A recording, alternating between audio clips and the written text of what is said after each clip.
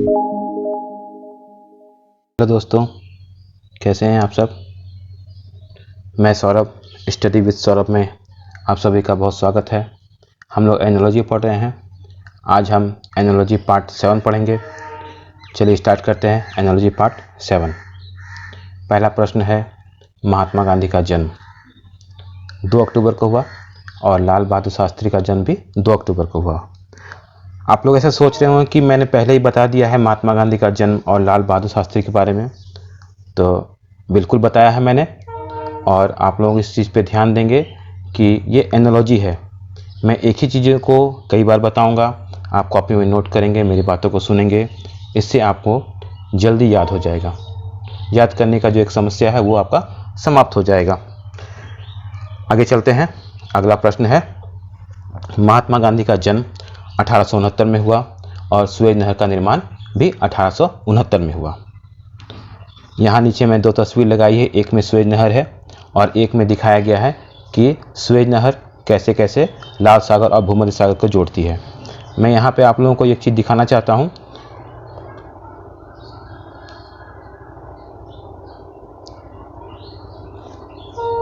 यहाँ पे ये जो काला वाला मार्क है जिसे मैं गोल घेरने जा रहा हूँ, ये गोल, ये है आपका सुएज नहर, और उसके ऊपर का जो ये वाला जो भाग है आपका, ये भूमध्य सागर का भाग है और ये लाल सागर का भाग है।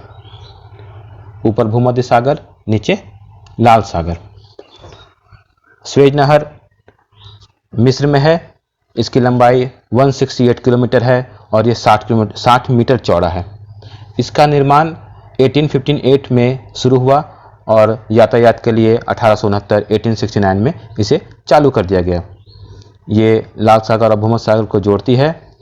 इस पे आधिकारिक रूप से इस पर नियंत्रण मिस्र का है। इस नहर को इस्तेमाल करने के लिए जो टैक्स, जो चुंगी दी जाती है, वो राशि बहुत अधिक है। इस राशि से ही मिस्र का सारा खर्चा चल जाता है और यह पनामा नहर की दोगुनी चौड़ी लंबी है। सुएज नहर जो है वो पनामा नहर से दोगुनी लंबी है। ये नहर बनने के बाद आप ये देख रहे होंगे कि भूमध्य सागर के ऊपर का भाग जो ये यूरोप का भाग है, अंग्रेजी भाग, यूरोप का भाग, यूरोपियन देश जहाँ है, ये पहले ये इस तरह से घूम के यहाँ आया करते थे हमारे भारत। अंग्रेज जो आते थे इस तरह से घूम के आते थे। सुएज नहर बनने के बाद ये सीधा ऐसे आते हैं। इससे अंग्रेजों का भारत पहुँचना आसान हुआ। तो सुएज नहर यूरोप को एशिया से आसानी से जोड़ता है, बहुत दूरी कम हो जाती है। हम अगले प्रश्न की ओर चलते हैं। महात्मा गांधी का जन्म आप फिर से देख रहे हैं। इसके पहले शब्द था महात्मा गांधी का जन्म 2 अक्टूबर, लाल बहादुर शास्त्री का जन्म 2 अक्टूबर। महात्मा गांधी का जन्म 1869, सुएज नहर का निर्माण 1869। महात्मा गांधी का जन्म 1869, नेपोलियन का जन्म 1769। नेपोलियन का जन्म गांधी से 100 साल पहले हुआ है। ये वही नेपोलियन है जो फ्रांस का राजा बना 1804 में और 1808 में इसने रोम पर अधिकार कर लिया। वाटरलू का युद्ध जो 1815 में हुआ, इसके जीवन का अंतिम युद्ध था। नेपोलियन के जीवन का अंतिम युद्ध वाटरलू का युद्ध था जो 1815 में हुआ, जो इंग्लैंड के विरुद्ध था, रसिया के विरुद्ध था। इसे इस युद्ध में हारना पड़ा और आत्मसमर्पण करना पड़ा। इसके उपरांत इसे सेंट हेलेना द्वीप पर कैद कर लिया गया, जहां इसकी मृत्यु हो गई, जो 52 वर्ष में हुई इसकी मृत्यु। इस प्रकार से गांधी से जुड़े हुए कुछ प्रश्न थे जिसे आप अच्छी तरीके से समझ सकते हैं। गांधी का जन्म से 100 साल पहले नेपोलियन का जन्म हुआ फ्रांस में। ये फ्रांस के राजा बने 1804 में। इनका जन्म 15 अगस्त 1769 में हुआ था। गांधी जी अफ्रीका गए 1893 में और गांधी जी कांग्रेस के अध्यक्ष बने 1924 बेलगांव में। गांधी जी, बता दूं आप लोगों को, कांग्रेस के अध्यक्ष सिर्फ एक बार बने, बेलगांव में। 1893 में जब गांधी जी अफ्रीका गए, एनी बेसेंट भारत आई और स्वामी विवेकानंद शिकागो गए धर्म सम्मेलन में। चलिए हम अब आगे बढ़ते हैं। अगला प्रश्न है, थीन बांध रावी नदी पे है। जो ये पहली तस्वीर लगी हुई है वो थीन बांध की है। पोंग बांध व्यास नदी का ये जो बांध है, पोंग बांध, ये पोंग बांध है व्यास नदी पे, और थीन बांध ये है जो रावी नदी पे है।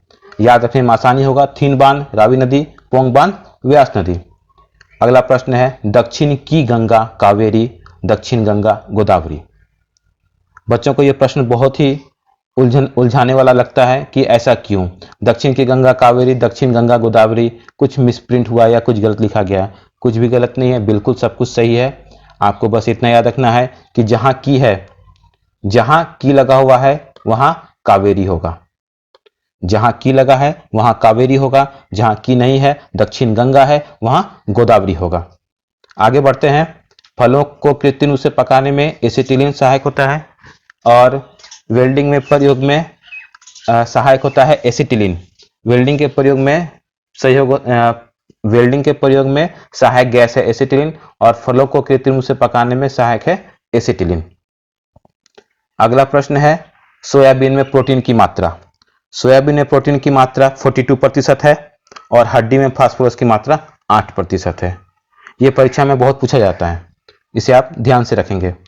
अगला प्रश्न है जीव विज्ञान के पिता अरस्तु, जंतु विज्ञान के पिता अरस्तु। आगे चलते हैं। बंगाल विभाजन की घोषणा। बंगाल विभाजन कर्जन के समय में हुआ, लॉर्ड कर्जन। 20 जुलाई 1905 को बंगाल विभाजन की घोषणा की गई और बंगाल विभाजन प्रभावी हुआ 16 अक्टूबर 1905 को। 16 अक्टूबर को पूरे बंगाल में शोक दिवस मनाया गया। इससे पहले हम जान लेते हैं बंगाल विभाजन क्यों हुआ। भारत में आजादी की जो चेतना थी वो बंगाल में सबसे अधिक थी। ये वो बंगाल है, पूर्वी बंगाल या पश्चिमी बंगाल नहीं, ये वो बंगाल है जहां बांग्लादेश, बिहार, उड़ीसा, वेस्ट बंगाल, असम ये सभी आते थे। यहां एकता बहुत अधिक थी, आजादी की चाह बहुत ज्यादा थी।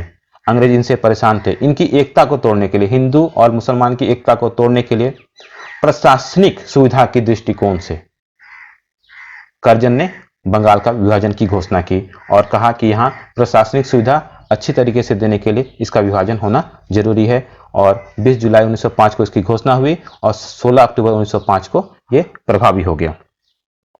अब हम आगे चलते हैं।